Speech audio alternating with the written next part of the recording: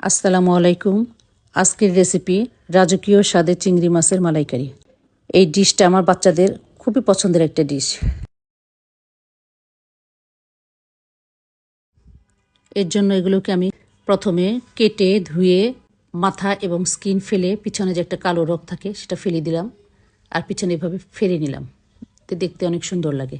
তারপর চিংড়ি মাছগুলোতে লবণ হলুদ মেখে কিছুক্ষণের জন্য ম্যারিনেট করতে দিলাম। দিয়ে দিলাম প্যানে তেল আর 1 চামচ ঘি।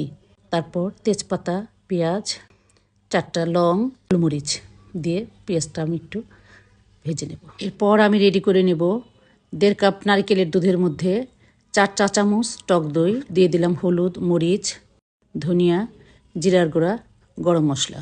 এই রেসিপিতে ঝালের পরিমাণটা একটু বেশি দিতে হয়। আমি 1.5 চামচের মতো লাল শুকনো মরিচের গুঁড়া দিয়েছি।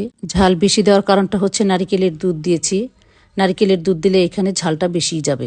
ঝোলটা দিয়ে আমি বেশ ভালো করে কষিয়ে নিব, কারণ ঝোলটা অনেকক্ষণ কষাতে হবে। চিংড়ি মাছ বেশিক্ষণ রান্না করা যায় না, তাহলে শক্ত হয়ে যায়। এখন আমি দিয়ে দেবো 1/2 চামচ আদা বাটা, 1/2 চামচ জিরা বাটা, 1 চামচ রসুন বাটা আর 1.5 চামচ পেঁয়াজ বাটা। পরিমাণ মতো লবণ দিয়ে আমি মশলাটা একটু ভালো করে কষিয়ে নিব।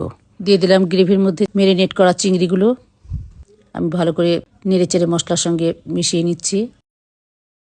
দিয়ে দিলাম 4টে কাঁচামরিচ। আমি দিয়ে দিয়েছি 1/2 চামচের একটু কম চিনি। দিয়ে দিলাম 1 কাপ পানি দিয়ে ঢেকে দিলাম। কিছুক্ষণ রান্না করে নেব। হয়ে গেল আমার রাজকীয় স্বাদে চিংড়ি মাছের মালাইকারি।